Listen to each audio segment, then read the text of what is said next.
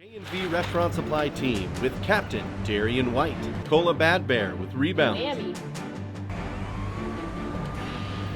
Madison Jackson assists, and your shooter from downtown, Leah Beatty.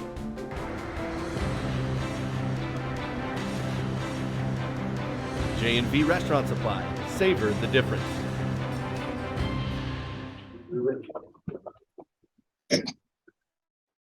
Great to see everybody. Obviously, exciting weekend for us to find a way to win that game on Saturday, and I think the film yesterday and even watching it Saturday night, I think bear it out that it was a game of a lot of ebbs and flows. Certainly some opportunities for us to take hold of that game a little bit more, but it ultimately didn't happen. And credit to Eastern Washington to make some plays to obviously make it very, very interesting. And fortunately, we were able to string enough plays together on both sides of football at the end of the game to win it. Proud of our guys for that. Proud of our guys for their resolve and picking each other up. And I do think it's a very challenging place to play and to win. Not necessarily because of the red turf, because Eastern Washington's been very good for a long time. They've been as consistent a program as the conference has seen, really. So happy about that. And now we're on to another real good opponent in UC Davis, and got our sights set on an excellent opportunity this Saturday. Playing on national TV, prime time, all that fun stuff. So it should be a great week of prep and a great game on Saturday night. So open up. Does winning 2 in a row on the red turf for the first time, and you're now 2-0 on the place that they haven't had a lot of success on? I mean, is that something you've kind of thought about much or take pride in? Well, I think when we looked at the schedule, knew we had to go back there for a second year in a row, just the way things worked out. Knew that was going to be a challenge. Setting up as our first conference game, coming off the Oregon State game. So there was definitely some things, I guess, that were stacked against us. But I knew we'd have an opportunity to go in there and win it. I don't think our guys were overwhelmed by the scenario that was in front of them, I guess. So, we did what we had to, and going on the road and winning anywhere, I guess, is a challenge. But there maybe in particular. So I credit our players just not letting past performance or past history be part of the equation, I guess. I mean, it shouldn't be, but sometimes that's hard. That's difficult for young men to figure out sometimes. Anything else that stood out of film that didn't stand out, I guess, after the game? Well, I think our guys again continue to play very hard. One thing that I probably didn't talk enough about, I do think we really gained an advantage special teams wise. We had a couple bad special teams plays between the missed field goal and the last punt, but we really, good chunk of the middle part of that game, they were playing on the long field and we were playing on the short field. Now, we didn't take advantage of all that, but a lot of that has to do with our special teams. You throw a block punt in there as the biggest kind of game-changing play. We really negated Chisholm in the return game. I think that was very critical. So, probably not enough credit post-game to just, I think, the edge that we gained in special teams. And, the missed field goal, obviously you expected 19-yard to go in, but was there a debate or a thought about going for it to do there? Well, my thought process there, I wanted to capitalize on the block punt with some points before the half. We had taken 3 plays and gone about 2.5 yards. We were still at about 2.5 to go. It's easy to say you don't make it. You should have gone for it. I would take the points again in that situation, given the point in time of the game. But it was the 3 preceding plays as much as it was anything that that caused me to make that decision. We talked about this run game a lot, but to get over 300 yards rushing in that environment, especially how big was that to see?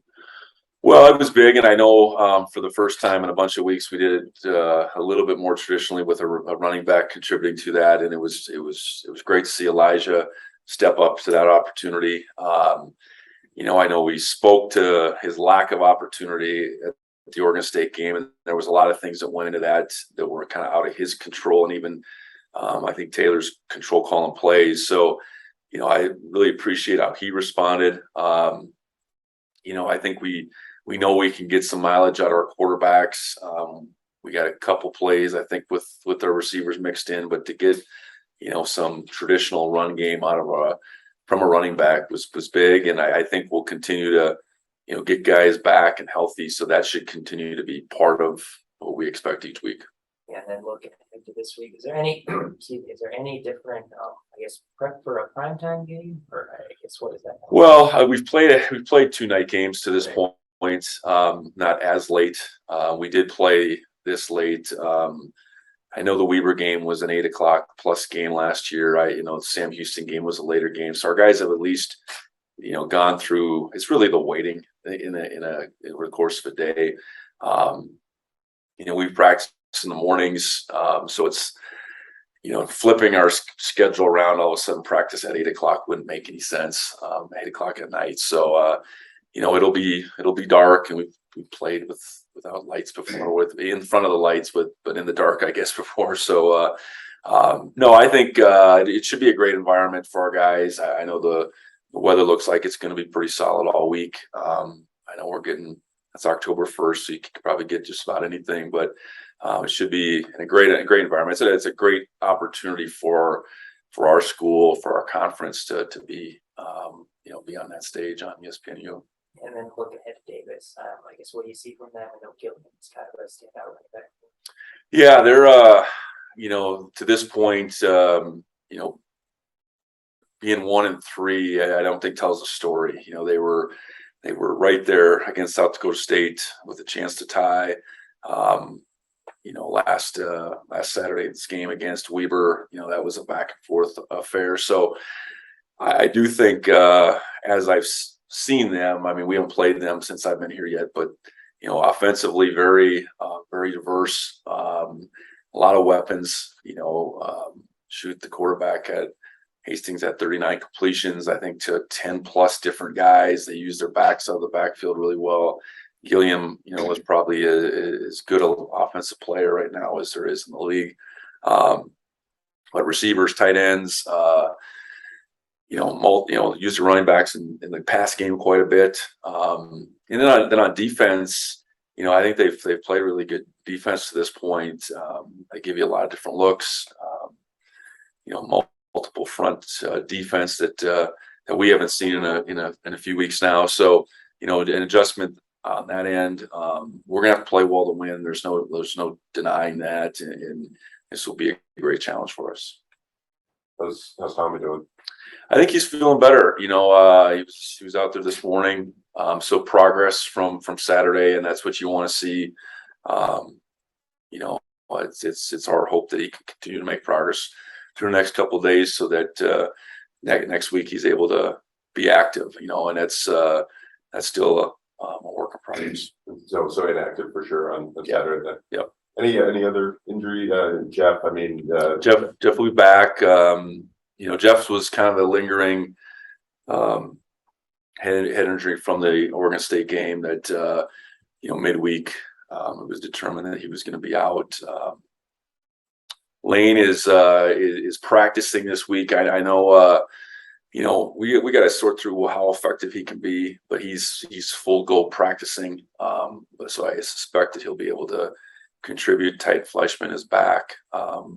What that'll mean for our regular flow, I don't know, but he is back, and otherwise we're sitting pretty good out of that game. And just with Tom's injury, I guess seeing on film that play again, did it the same takeaway as far as the hit, and would you feel okay with it? Yeah, Tommy's sliding off of the deep safety, which he's clearly 5 yards away from. He's not feeling the pursuit from either side, and I don't know that those guys necessarily had time to react. They more hit helmet to helmet, the two Eastern defenders, but Tommy took the blow from the side, and it's one of those things that's very bang bang. As a quarterback running, or anybody for that matter, running in the middle of the field, you got to kind of be aware from all sides. And he wasn't necessarily in that situation, unfortunately. And I hated to see it go down the way it did, but I don't think it's one of those plays that happens so quickly in the game of football that I don't know if it could have been officiated any different or coached any different, anything like that. It's unfortunate. And you've talked about how, it's football and the injuries happen and things. I guess how much do you keep that in mind and weigh risk and how much, your quarterbacks are getting hit and things like that? How tough is that, I guess? No, it's complicated. I think they're definitely a dynamic part of our offensive scheme. It's been my experience. It seems, over many, many years that the quarterbacks that I've coached have got hurt throwing the ball and getting hit from that perspective more than they have in the run game. But it's happened both ways. I think, obviously you raise the risk, you elevate the risk, I guess, the more you expose them to hits, and you try to have them be as smart as possible, but then they in that situation almost become defenseless. Would he have been better off just taking on that middle safety? I guess in that scenario would have, but there's definitely times when that's not the case either. So it's definitely a calculated risk, and injuries are not something that you want to even plan for. I look at where the 49ers are at right now, and is that part of why Trey Lance got hurt because they ran him, or you say, well, for him to be successful, we have to run him, and it's part of the deal. I mean, it's just, I think you got to just come to grips with it's part of the deal, and if an injury does occur, what are you going to do moving forward, and that's what we're dealing with right now. And then Mac Jones gets hit in the pocket, and Tom Brady got in the pocket. So yeah, it's hard to. Yeah, I mean, it's a position that is obviously everybody's after the guy with the ball, and they have the ball a lot. It's just a function of football as a quarterback is likely gonna get hit, and you hope for the best when it happens. I forget if we talked about, you mentioned it, but it was bringing Sean in. Part of obviously he's playing a lot in preventing time from getting hit more. So how much, I guess, was that sort of the factor bringing him to? Well, I think it was to promote competition, to add depth to that position, to add another, I think, playmaker to that position. I think it was all of that. And, through the first bunch of games, I think we were able to offset some of at least the amount of carries by having Sean run the ball. So, yeah, I mean, that was all part of the plan. And I know that it's way more comforting knowing now we have a guy with the experience that Sean has that we can insert. And, ideally, this is 1 week for Tommy, and we can have him back in the fold in another week. In just a few minutes, small business owners can now sign up for Blackfoot Communication Services. Whether it's dependable voice options or internet services, sign up simply by visiting blackfootsmallbusiness.com. Click on the services you wish, select an installation time and date, and you're done. Small business services at the touch of your fingers. Connect to more with Blackfoot Communications and blackfootsmallbusiness.com.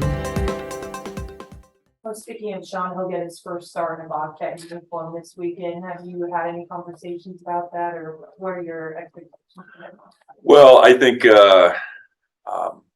think his approach will be a little bit different. The reps he gets in practice will be a little bit more directed towards, a grander scheme, I guess, or broader amount of our offense. But this is no huge deal for him. He has started many games before, so preparing as a starter is a little bit of a shift, but he's done it before. So I'm excited to see what he can do in that role. And the bigger thing is getting Sean Austin up to speed. Sean hasn't got a lot of reps as we've gone through the fall, so it'll be important that he's at least positioned to be ready to go into the game.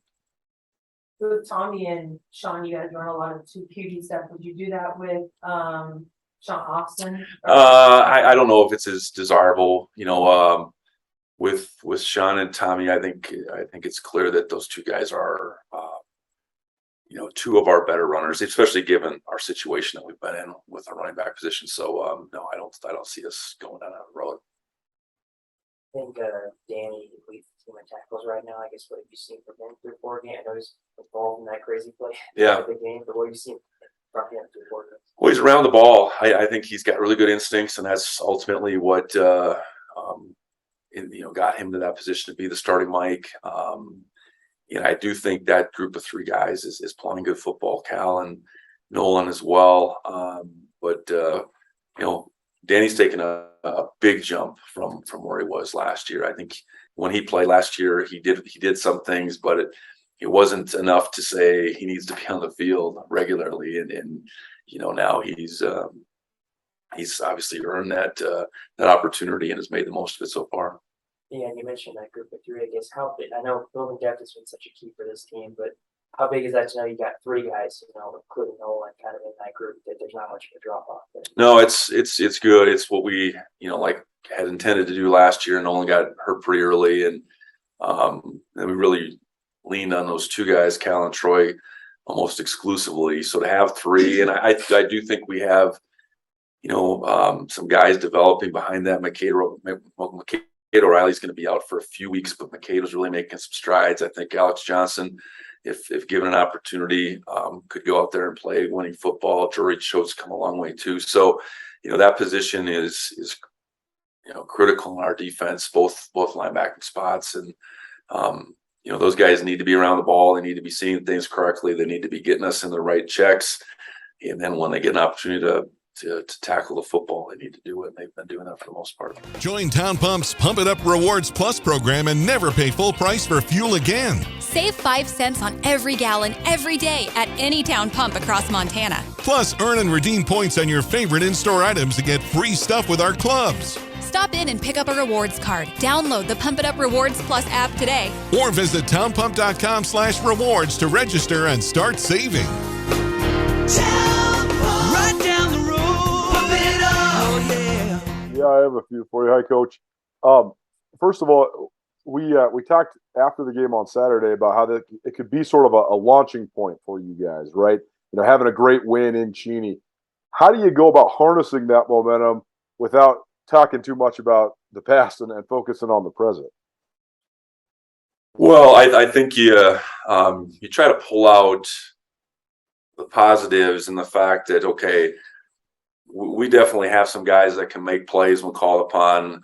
We got a team that is going to be able to count on one another. But then you also got to say, okay, guys, we got to do this, and this better. We got to be a team that's improving each week. That was really the charge this morning. Was that was a heck of a win. But I don't know if it was a heck of a performance necessarily, and just keep moving forward. But every week you got to learn from that prior game, and you got to be able to bank that, go on the practice field. And today is a lot about corrections, get those things corrected, start digging into the next opponent and, reutilize, I guess, that same formula every week. And hopefully you can in some way quantify that you are getting better each week. Because as a football team, you're trying to gain momentum. And that's where I do think a win in that situation from a lot of just the intangible things you can build off of that. And I think that's what I saw mostly out of our guys is just, coming off a really hard loss where we didn't perform the way we'd hoped to find a way. I think you can always, look each other in the eye and say, okay, we're going to figure this out. And if that's calling back to the last Saturday, that's calling back to last Saturday. Speaking of really figuring it out, it seems like, Sebastian Valdez has been big enough and strong enough for the last 2 years, but seems like he really has a sense of the moment now too. It seems like he's sort of rising up to realize like he is a premier player in this league. How much does that confidence help his performance? No, I think it's it's big. He's got to be a playmaker for us. He was a guy that made some plays last year, was certainly playing second fiddle to some really good playmakers up front, and I think he recognizes that he's got to be maybe the catalyst up front, and whether it's been in the run game or the pass game, I think he's continued to fine tune his game technically, but then in some really critical moments, I don't know that it's finding another gear or whatever, but just finding a way to make a play. And I thought our defensive line really had an impact through the second half, in particular in that game, putting pressure, getting some hits on Talkington. Early on he got flushed a couple times. We didn't get him, but ultimately we made those plays as the game went along. And Sebastian's such a humble but hungry player with a whole bunch of ability and strength and weight. Now it's you see him continuing to just climb as this year goes on, his career does. Also wanted to ask you about James Campbell. Just doing a little feature on him, and he's from a long ways away, but he stuck it out through all the stuff that has gone on at the program and with him too. So what have you thought of his perseverance to make it to his senior year? Well, I've really appreciated James since I got here.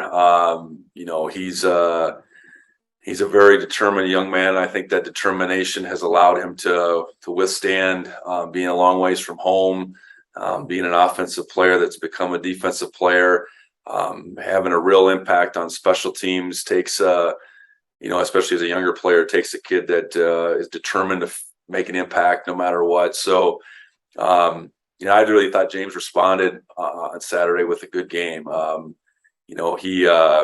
He probably didn't play his best or wasn't as aggressive as we maybe would have liked at Oregon State in some instances, but bounced back, and he's a competitor and he's a team player. He's down there covering punts as well. He drew a flag on a punt. So I just I appreciate who he is. I think he's one of our unsung leaders. I think a lot of guys appreciate, the way he goes about his business. So he doesn't necessarily have to say much, but he really does have an impact on a bunch of guys. So he's a guy that's not a captain. He's not on our leadership council, but he's definitely one of those guys that still, has a presence about him. And when it comes to UC Davis, you mentioned, the record, but I've watched them against South Dakota State and against Weber State, and they look very good. So how do you sort of communicate that? Obviously, your guys are going to be ready to go, but this is a team that made the playoffs last year, preseason top 25. They're a very, very talented team despite their record. Yeah, I think you point out who they've played. I think everybody sees that. I think Weber and South Dakota State are among the best teams in FCS. Cal, I think Cal's 3-1 right now. And even the last 3 games of last year, which they lost, were 2 playoff teams in a playoff game. So, they're good. They're dangerous. And their backs are against the wall. I think you point all those things out. I think you just flip the film on, and I think our guys will recognize that this is this is going to be a challenge on both sides of the football. They got a lot of ways to move the ball on offense, and defensively they've been very stout. And I think both Weber and South Dakota State in particular, I think have good offenses that they've been able to keep in check for the most part. So we're gonna have to play well. I think our guys understand that. I do think our guys have really do understand that each week's its own week, and we got to prepare, and we got to find a way to get better week in, week out. And that's the task they're on as of this morning. They threw the ball a lot last week. Hastings looks like a pretty good quarterback, but it seems as if there's sort of this brand of UC Davis because of Dan Hawkins and because of what they had for several years when they first joined the Big Sky of sort of this offensive-oriented team. But when I watch them, they look really good on defense. How do you evaluate their defense? They look really fast. Yeah, I think they're sound first and foremost. They tackle well. I think they're linebacking crew of so their inside backers and their outside backers, can cover a lot of ground. They play enough man coverage so they can challenge their corners in particular. And then they got some really effective guys up front, they got one guy, he's 350, that's hard to move, but they got some active guys up front too. So, it's a really good collection. And I think they have the ability to play a bunch of guys on defense as well to keep guys fresh. So been impressed with them. And that's defending the pass, and then really slowing down the run game. So, we're gonna, like I've said many times, we're gonna have to play well to get this done. Any crossover with Dan Hawkins, and if so, how would you just describe his style? No, I mean, outside of our interactions at our different Big Sky activities, whether that's our winter meeting or the kickoff, certainly respect his success as a coach going back quite some time. He definitely made his mark as a head coach at Boise, and then got the opportunity to go to Colorado, and then he's out of the coaching game for a while and gets back into it internationally, and then finds his way back to his alma mater. And Davis moved up to 1AA at the time, about the same time we did at NDSU. So we were in that Great West Conference, and I'd say they struggled a little bit towards the tail end of our time in the Great West. So I kind of lost sight of them a little bit in the Big Sky. We played them out Wyoming in, I think it was in 16. But then he's really, so that I think there was a certain level of struggle there for a few years, but he's brought stability, success to that program. Knows who he is, knows how he wants to do things, and he's been. I really enjoyed getting to know him a little bit. So it'll be good to compete against him for the first time here.